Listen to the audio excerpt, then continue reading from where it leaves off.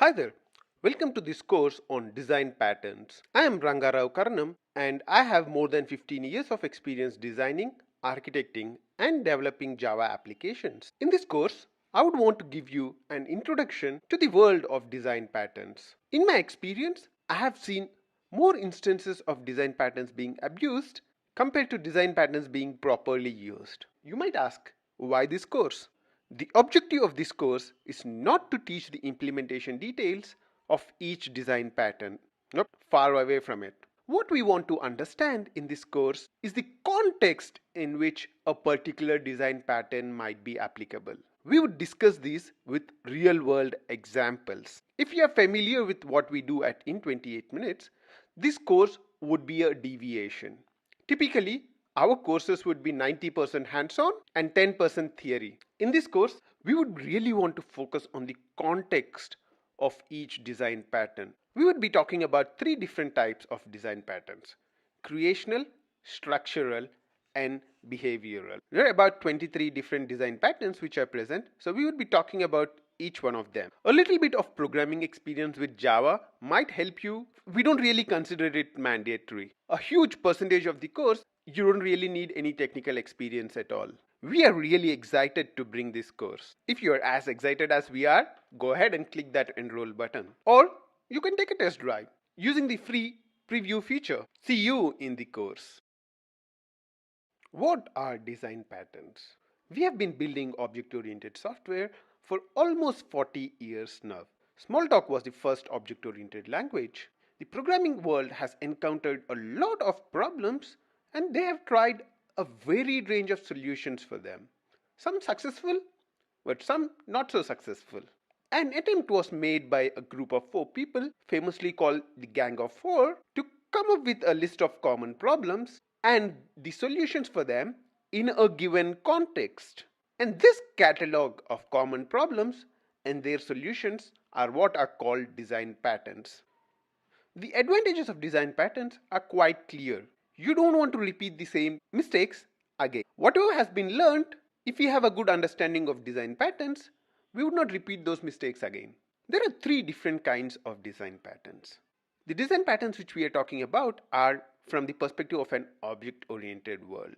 So we are really restricting ourselves to the gang of four design patterns. And the types are creational patterns, structural patterns, and the behavioral patterns. Creational patterns deal with the complexity associated with creating objects. Object-oriented programming is full of objects.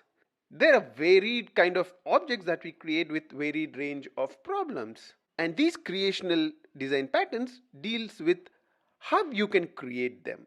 What are the options you have? The structural design patterns, on the other hand, deal with the composition of the classes. What does a class contain? What relationship does it have with other classes?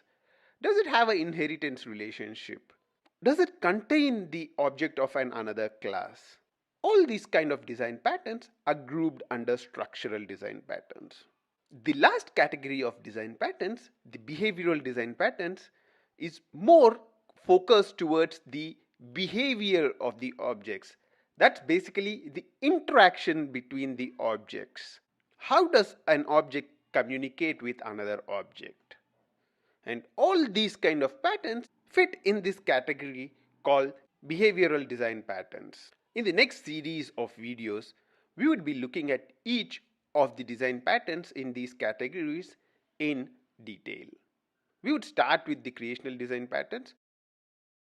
We will start with the first of the creational patterns, which is the prototype design pattern. If you look at the prototype design pattern, it says a fully initialized instance to be copied or cloned.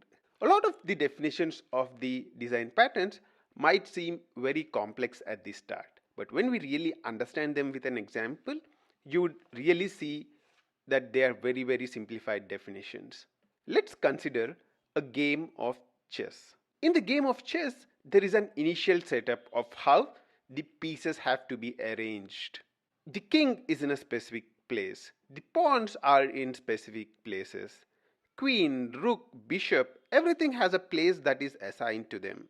So let's say I'm building a software to model the chess game. Every time a new chess game is played, I need to create this structure again and again. The initial layout of the board, I would need to keep building it again and again. Instead of doing it again and again, can we have an object of that build and have it readily available so that whenever we need to create a new chess game, we copy from it or we clone from it? That's the prototype pattern. In a prototype pattern, you have a fully initialized instance. The fully initialized instance in this particular context is the initial setup of the board. So the initial setup of the chess board, you would have it fully initialized and available. Whenever a new chess game is started, let's say take the online website chess.com. There are thousands of games being played every day. I mean, actually, millions of games played every day. And every time, what they do would be to copy the initial structure that they have. They would not keep creating the structure of the board again and again. Whenever a new game is initialized, you have an already initialized instance and you copy it. In the technical terms, that's called cloning. So you clone the already initialized object, and that's the prototype pattern. Builder pattern is the second of the creational patterns that we would be discussing in here. The builder pattern separates object construction from its representation. What does that mean? I go out for a multi-course dinner. There would be a lot of options which are present: drinks, starters, main course, dessert, a huge number of options. And probably I would choose 2 or 3 of them. A similar kind of situations arise in software as well. You would need to build objects using 2 or 3, I mean a subset of the ingredients which are present. Somebody might need a multi-course dinner with a drinks, starters and main course. Probably they would want to avoid the dessert. Somebody else might want a drink, they want to skip the starters, they would directly want to go to the main course and the dessert. So there are multiple ways people would want to organize or to have their multi-course dinners. If I'm representing this in software, then I would need to be able to create the object in multiple ways. Sometimes I would need to have only 3 ingredients, sometimes only 2 ingredients, and sometimes only 1. And that's where the builder pattern comes in. To understand the builder pattern further, we would look at a small piece of code. If you're not familiar with the technical details, probably you can skip this. You can kind of try and understand and try and make sense of what's happening in here. The example which we are looking at right now is from our Git repository. In 28 minutes, design patterns for beginners. So you can find this example in there. You can just search for builder pattern and you would be able to come in here. The example which we took was trying to build a coffee. If you are from India, then you would always have coffee with milk. And if, let's say, you are in United States, for example, most of the people prefer having coffee without milk. You'd want to be able to have multiple options of how you build your coffee up. And that's where the builder pattern comes in. If you look at this particular piece of code, what we have is a builder. To the builder, we pass in the mandatory things. So the type of the coffee that I want is mandatory. I mean, that's the basic. And after that, we add in whatever we want. So I'm building a mocha with milk. I'm saying milk true. That's with milk, with no sugar and size large. And I'm building the object and now I have my coffee ready. If somebody else wants a different flavor, they can easily build it. So now somebody else who wants coffee with milk and sugar can come and say coffee.buildermocha.milktrue.sugartrue and size large .build. Thereby, you have a huge amount of flexibility in building the objects. Other approaches to doing this other than using a builder pattern, but using things like setters have a lot of problems associated with them. They result in very difficult code to read as well as they have a few problems in threading. We'll not go into depth with those. The builder pattern solves all those problems. The important things about builder pattern are that it simplifies the creation. This is very simple code to read, and also this is very easy for a developer to write code with. If you are interested in understanding how the builder is built, you can look at the public static class builder. You go for a builder pattern when you would want to have multiple options in creating a particular object. A builder pattern separates object construction from how it's represented, and it makes it very easy to build objects. Third in the creational patterns, which is the singleton pattern, is the most famous of all the design patterns, I guess. What the singleton pattern does is very clear from its name. It's a singleton. There can only be a one instance. So for a singleton, at any point in time, there can only be one instance. I mean, a good real world comparison would be probably a president of country. There can only be one president for a country at a particular point in time. Just like that, there can only be one instance of a singleton object. However, there's a disclaimer. Actually, when we say something is a singleton, it's actually one instance per JVM. So let's say if I have an application which is running as part of a cluster in multiple application servers, then you would have one instance in each of the application servers in that cluster. So to be really specific, singletons are actually one instance per JVM.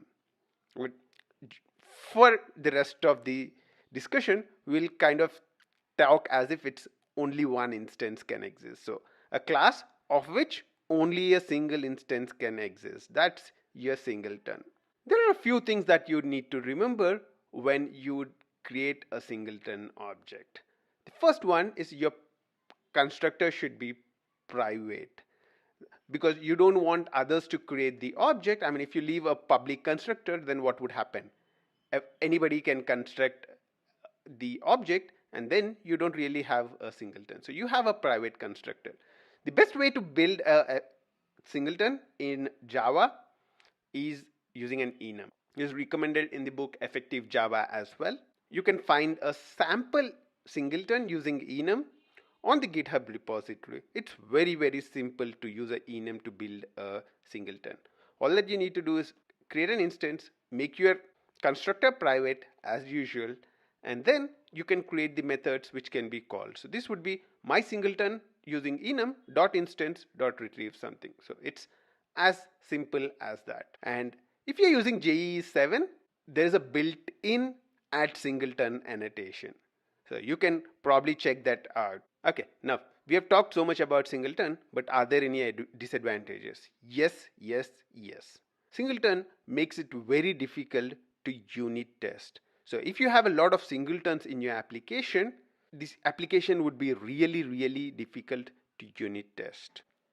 Make a clear decision as to where you want to use these singletons and where you don't. The last thing we want to talk about is the fact that in frameworks like Spring, we manage beans, and these beans are singleton by default. But what Spring does very well is the fact that these beans don't need to be declared as singletons. I mean, if you look at the code for these particular beans, you will not realize that they are singletons. This is kind of taken care by Spring in the background. If this technical discussion sounds little complex to you, don't worry about it.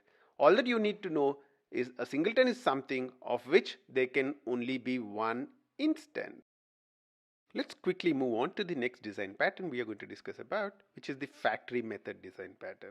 If you look at the definition of factory method, it says create a family of object types. So let's quickly look at an example. I mean, factory method is not complex, so just look at an example. We should be able to understand it very quickly. So here we have a person factory method. What we are doing, I mean, not a method, actually person factory class. So this person factory has a static method getPerson, and this accepts gender as one of the inputs. So if you pass in M, it returns a class of type male, and if you pass in F, it returns a class of type female. But as far as the classes which use this person factory are concerned, the only thing they know about is person. So if somebody wants to create a male person, what they do is they say person male is equal to person factory dot get person, and they pass in M. And to create female, they would pass in f. So basically, they would pass some identifier of the type of the object that you want to create, but they would still be referring to the generic type. So we have a person and male extending person and female extending person. The fact that there are male and female objects existing are hidden behind the implementation of the factory method pattern. So whoever is using this particular factory only knows about person, but they don't really know about the existence of a male or a female class. The benefit the factory method pattern offers now is the fact that you can add additional types of genders or additional types in here without affecting whoever is using it. So whoever is using it is only using person. So they don't really care about whether male, female, or whatever. You can have different implementations for the same methods in those objects as well. So if you look at the get salutation, you have written Mr. here. Here it is Miss or Mrs. So based on whether it's a male or female, if you call the get salutation, you'd get a different thing. So that's basically the benefit of the factory method pattern. What it hides is the complexity in creating an object. So instead of somebody else deciding whether you have to create a male or female, we have a factory making the decision for us, and at a later point in time, whenever we want to modify this, it becomes really easy. So that's the factory method pattern. Let's move on to the structural design patterns. The first of the structural design patterns that we are going to talk about is the proxy. The definition of proxy says an object representing another object. I have a debit card. Whenever I make a transaction using a debit card, where does the money go from? The money goes either into my bank account or out of my bank account. So whenever I'm swiping my debit card somewhere, what I'm doing is I'm using the debit card as a proxy for my bank account. So the actual object is the bank account, and the debit card is kind of a proxy for it. So whenever I make a purchase, I swipe it, what is actually happening is the money is deducted from my bank account. Debit card is a proxy for it. Similar to that, in programming, you have a lot of interactions with remote objects. Let's say I'm talking to an object which is in a distributed system somewhere outside my system. What we would do in such cases is create a proxy object. So what the proxy would do is proxy would take care of all the external communication. As far as I am concerned, I would be talking to the proxy as if it's something which is very near to me. The good example for that are the EJB home and remote interfaces. A proxy is basically an object representing another object. Proxy hides the complexity in communicating to the real object. The second structural design pattern that we would be talking about is the decorator pattern. In the decorator pattern, we would add responsibilities to objects dynamically. What does that really mean? Typically in the object-oriented programming, we use a lot of inheritance. Let's say I have 10 types of pizzas. So pizza type 1, pizza type 2 to pizza type 10. And now there is a new requirement. I need to make these 10 types available with 3 different types of toppings. I would want pizza type 1 with topping 1, pizza type 2 with topping 2, pizza type 3 with topping 3. I already have 10 types, so if I add 3 of each for these 10 types, then I would have 30 different classes to manage. Inheritance is kind of a static relationship. So instead of doing this, can we make it dynamic? Can we add the topping on top of an existing pizza? So you have a pizza and kind of use the topping as a decorator on top of it. So that's the concept behind the decorator design pattern. So instead of creating multiple types of the same object again and again, can we add the additional responsibilities dynamically as kind of a topping? A good example would be also adding a discount and an order. I already have an order and I would want to add different kinds of discounts on top of the order. For example, in India we have this thing called Paytm and they have a lot of discount offers. If I keep adding different types for each of the discount, I would have hundreds of classes to maintain. So what they really do, they would would be to add the discount as a decorator on top of the existing order. A very good example of decorator pattern in Java is the Java IO. So the way we create the input streams. So I have a file input stream. If I want to make it buffered, I would need to create it as buffered input stream and pass the file input stream as a constructor argument. If I want to read it in lines, if I want to add a line number on top of it, the way I would need to do it is line number input stream and pass the buffered input stream as input to it. So this is how things are in Java IO. This is the implementation of the decorator pattern. You can actually look up the code for line number input stream to see how decorator pattern is implemented in there. The thing about the decorator pattern is it helps in adding runtime behavior. So you are adding behavior at runtime. So the user of the interface can decide how he wants to create the objects. But that's also the complexity. So somebody who needs to use the decorator pattern needs to understand the different structures which are present. So it will not be a simple create pizza type 1 topping 3. It would not be as simple as that. So there would be a little bit more complexity to it. So there would be a little bit of complexity in creating the objects. That's the disadvantage of the decorator pattern. So basically, the decorator pattern is all about adding responsibilities dynamically. The next pattern we would be looking at is the facade pattern. The definition of the facade pattern says a single class that represents an entire subsystem. Let's take the example of an event manager. I want to organize an event. What I would do is I would talk to an event manager and tell him, I need this kind of decoration, I need this kind of food, I would need to send invitations to all these people, this is the kind of music I would want to arrange. And the event managers would take care of everything for me. So these good event managers are very good examples of facades. So anytime I want to do something, I would talk to the event manager and the event manager would organize that for me. Similarly, when we are talking about a distributed system, you would have the need for multiple calls across layers. For example, let's take the example of an online book order. So if I'm making an order, there are a lot of things that we need to do. First thing is we have to check whether there is stock and then reserve the book. The next thing is we have to make the payment, update the stock and generate the invoice. So if the client interface has to handle all of these individually, there will be a multiple set of calls which would be going on and in and out. So rather than that, what we would do is we would create a single facade, single interface which would handle everything. So the client would give all the inputs to this facade and the facade would take care of making all the calls for us. The advantages of the facade are that you would reduce the amount of network calls and also you would reduce coupling. So how the facade works is separated out. So the facade, as long as the interface remains the same, the internal details of the facade can keep changing. And also one more important thing is the facade kinds of represents the transactional boundary.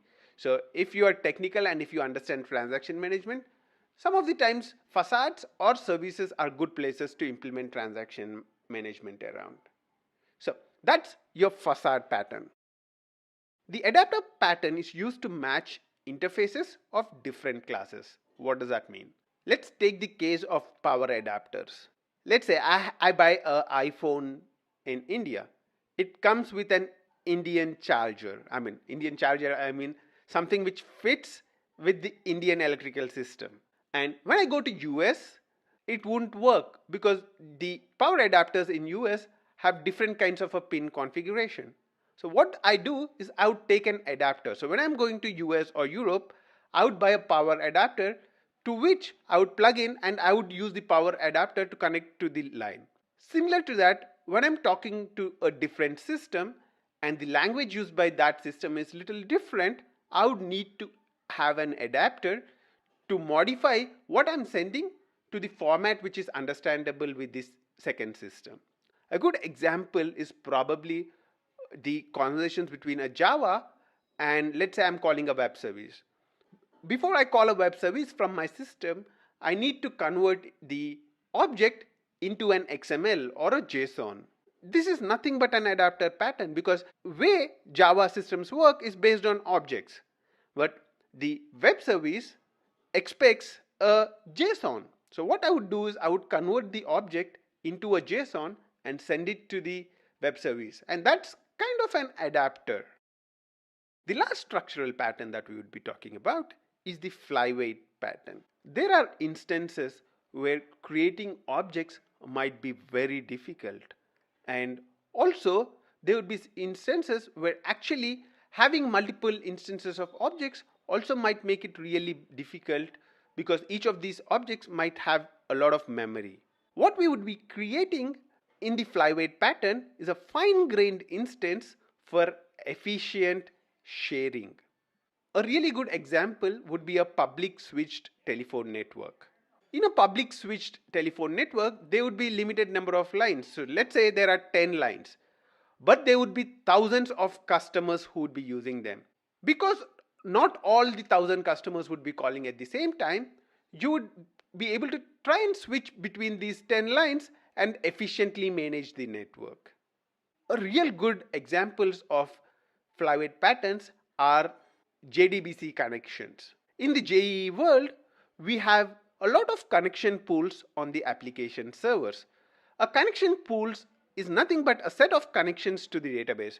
From the application, we fire in a lot of queries, but we don't create a connection every time a new query comes in. What we do is we have a pool of connections already available. Let's say we have a pool of 20 connections already available. So as soon as a query comes in, we match it to a connection, and then the query gets fired. And once the query completes execution, the connection gets released. So we have a pool of connections, and this pool of connections will be used to execute the queries. This would help us in avoiding the cost in creating the connection and closing the connection to the database every time. So we would kind of have a shared pool of connections. That's a very good example of the flyweight pattern. So basically, flyweight pattern is all about creating instances for efficient sharing. Let's now move on to the behavioral patterns. The first behavioral pattern that we would be talking about is the chain of responsibility patterns. The best example for chain of responsibility patterns is an exception handling mechanism in most of the programming languages. Let's say I have a method 1 calling method 2 calling method 3, and the method 3 throws an exception. If there is no exception handling in method 3, then the programming language looks at method 2 to see if there's some exception handling, some try-catch block. Nope, nothing is there. Then it would go further up and further up and further up. That's a very good example of the chain of responsibility pattern. The way chain of responsibility pattern is defined is a way of passing a request between a chain of objects. Let's take a loan approval process. The clerk at the bank has permissions to approve loans up to a certain amount. If the amount goes above that, then his supervisor comes in, and there's a limit for him, and then the supervisor's supervisor comes in, and so on. So this is a kind of a good example of a chain of responsibility as well. In a chain of responsibility design pattern, what happens is we have a set of objects or a chain of objects which are already ready. I mean, these chain of objects handle the approval process, for example. And whenever a new request comes, I would go to the first object in the chain and check, will you be able to approve? No. Then I would go to the second object in the chain, and then the third object in the chain, fourth object, and so on. So that's basically the chain of responsibility pattern, where a request is sent to a chain of objects until it's hatched. The iterator pattern is kind of the most simple of the design patterns. You have a set of items and you would want to loop around them. So the iterator pattern defines a way where you can loop around the objects in a collection. So it's defined as sequentially access the elements of a collection. A good real world example of an iterator pattern is the next previous buttons on a TV remote. As and when I keep pressing the next button, I would be switching to the next channel, and so on. A good example of iterator pattern in Java is the iterator class itself, And also we have now the enhanced for loop and things like that, which help us to loop through the collections. The definition of a state pattern says alter a object's behavior when its state changes. What does that mean? Let's discuss with an example. Let's take the example of a fan wall control. For example, in India, we have these fan wall controls with different levels. So, if the fan wall control is at level 1, the fan rotates at a certain speed. And let's say if it's at level 5, it rotates at the maximum speed possible. When I rotate the knob, when I rotate the fan wall control knob from level 1 to level 2, there is a change in the behavior of that particular object, which is the fan. So the fan rotates faster. State of the fan wall control right now is level 2, and I call a rotate method. The state goes to state 3, and if I do again a rotate, the state goes to state 4. So depending on the earlier state, the next state is decided. So in these kind of situations, we represent the state of the object as a separate class. Let's see a quick Java example. What we have is a static class, which is a fan wall control with a speed level composed in it.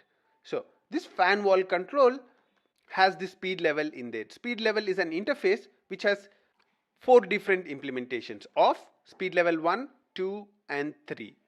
And if the fan is off and I click a rotate, what it happens? The new state changes to speed level 1. And if it's speed level 1, I do the rotate, it goes to speed level 2. Speed level 3, I would go to from 2, I would go to 3. And from 3, if I do it again, I'll go to off. So this is kind of an implementation where we are actually pulling off the state of the particular thing. So the state is the current speed level. So speed level 1, speed level 2, speed level 3 are different states in which the fan wall control can be. What we are doing is we are making this state a specific class on its own, and thereby the fan wall controller does not need to know about what the current state is. So it just says speed level current, and whenever somebody calls rotate, it delegates the rotate call to the speed control. So thereby what happens is if I add in a new speed level, all that I need to do is define a fifth speed level or a fourth speed level and implement the rotate method. This is a very good example of having extensible classes. In the example which we looked at, based on the level at which that particular object is in, the behavior changes. So if it's at level 1, because we are now switching to a different implementation of that interface, the behavior changes. Let's move on to the next pattern, the strategy pattern. Strategy pattern encapsulates an algorithm inside a class. Let's look at a Java example. I have a very complex class. There is a lot of business logic in it. And one of the important things which it needs is it needs to be able to sort a set of items, sort a set of numbers. One of the ways we can implement is we can directly implement the entire logic for sorting in there. Tomorrow, if I want to change the sorting, then I would need to change the implementation of that particular complex class. Instead of that, what we can do is we can use a strategy pattern. In the strategy pattern, we kind of separate the algorithm of how the sorting is done from the complex class. What we do is we are creating here an interface called sortable. And we have a couple of implementations of the sortable interface, bubble sort, quick sort. We don't really have the implementations in here, but you can assume that bubble sort is implemented in here, it's quick sort in here. So thereby, this complex class, all that we need to do is we need to pass in what sorting algorithm to use. This will not worry about how the sorting is done. All that it expects is some kind of a sorting algorithm as an input. And later, it would use that sorting algorithm to sort. And when we are creating the complex class, to the constructor, we would pass the exact algorithm to be used as an input. So the users of the complex class can decide what sorting algorithm to use. So there's a lot of flexibility that comes in because of using the strategy pattern. Basically, you can dynamically keep changing the strategy and see the right one for your particular context. The next pattern we would want to look at is the observer pattern. Observer pattern is a way of notifying a change to a number of classes. So, what does that mean? Let's say I would want to know whenever Sachin scores a century. And there would be a lot of people like that. They would want to know when Sachin scores a century. What they would do is they would say, I would want to register. So they would all register as observers. And whenever Sachin scores a century, this centralized program will notify all the observers. So I will know when Sachin scores a century. It's kind of how it happens in online bidding as well. So you'd say, I would put a bid. I put a bid, and whenever there is a bid higher than whatever I have done, then all the bidders would be notified. So there are really two important parts to any observer design pattern. One is the registering part. So I would want to register as an observer. And the second one is the notification part of it, where I would be notified whenever there's a change in the in the object which is being observed. I would need to be notified that there is a change. That's basically the observer pattern. A simple example of the observer pattern is on the GitHub repository. What we have is something called a Sachin Century notifier, and what we are saying is we would want to register 3 fans. So we are registering 3 different fans, and whenever there's a Sachin century scored, notifier.Sachin scored a century would be called, and all of us would be notified. So you would see that the output of the program is that all of us are notified. So you can take a quick look at this to understand the observer pattern.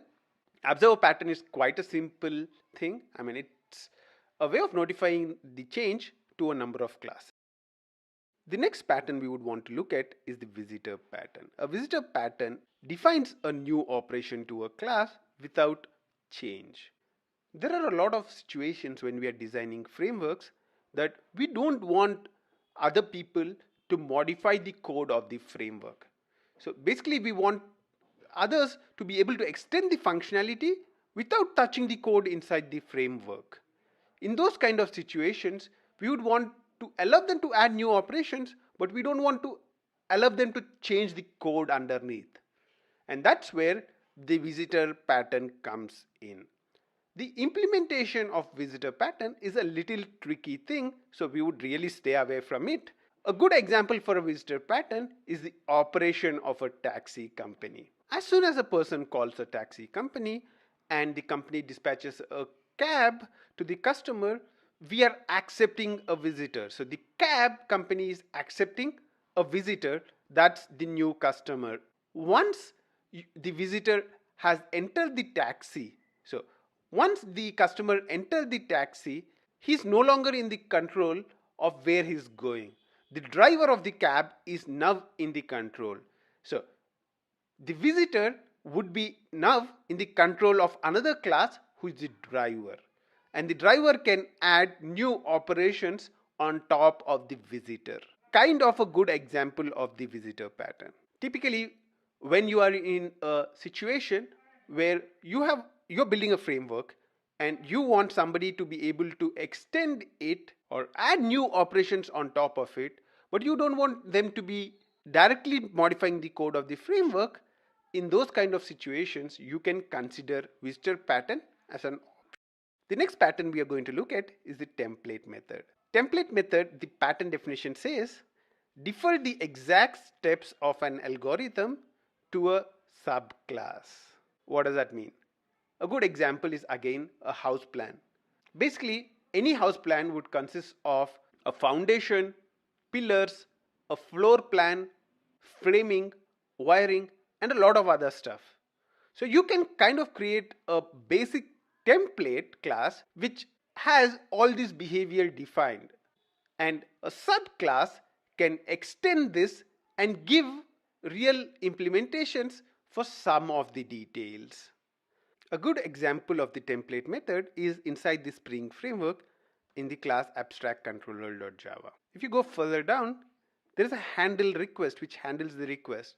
However, you would see that it takes care of the basic things. It checks the request, it prepares the response.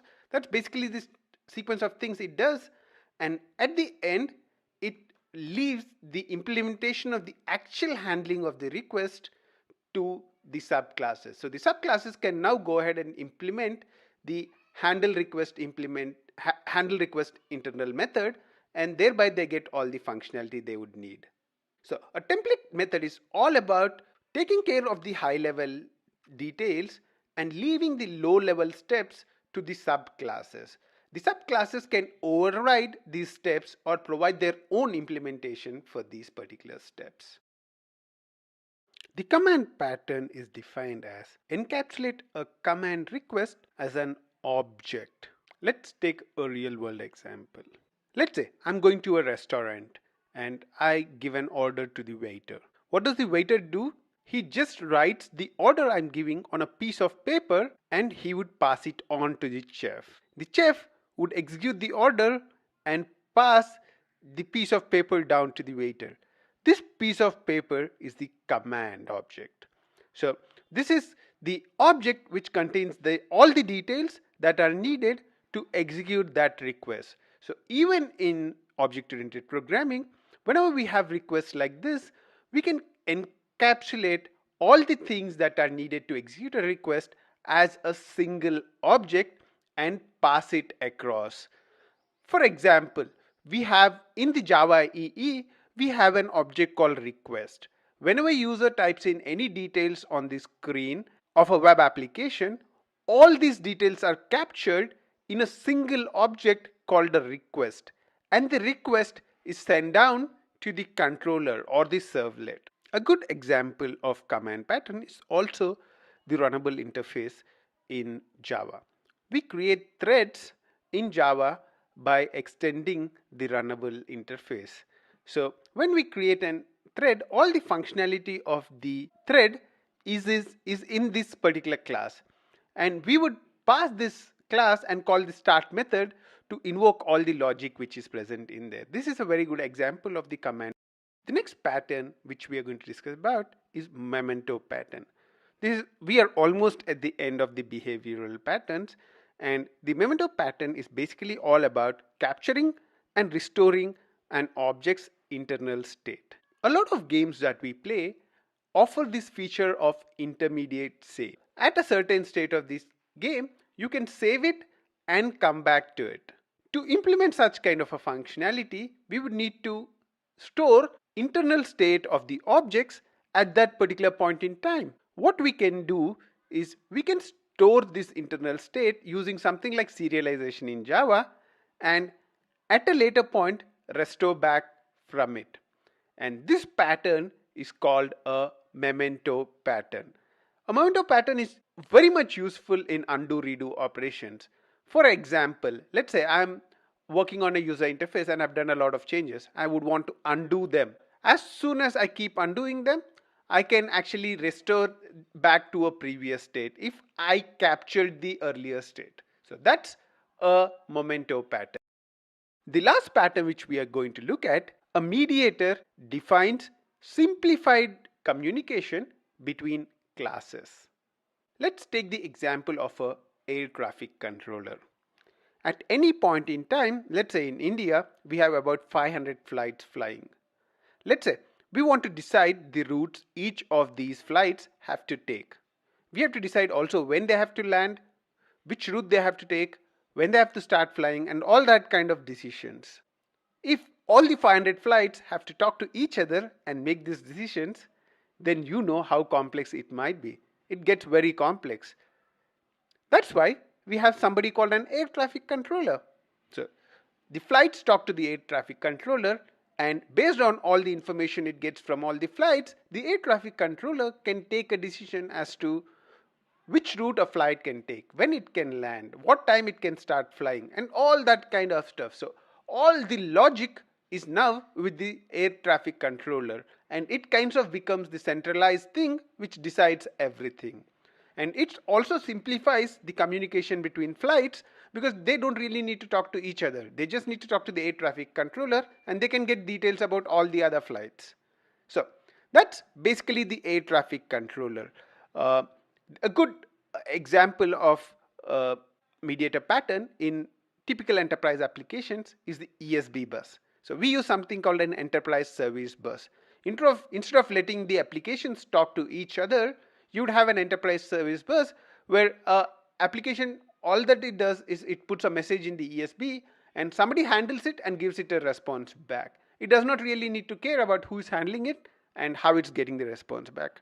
It's a good example of the mediator pattern. So that's all the design patterns that we wanted to discuss during this course. Congratulations! You have heard about more than 20 design patterns during this particular course. As we said at the start of this particular course, our objective was not to focus on the implementation details. We did not want to worry about the implementation details of each of these design patterns. What we wanted to give you is a flavor of the context in which these design patterns are applicable. And we hope we are successful in doing that. Good luck.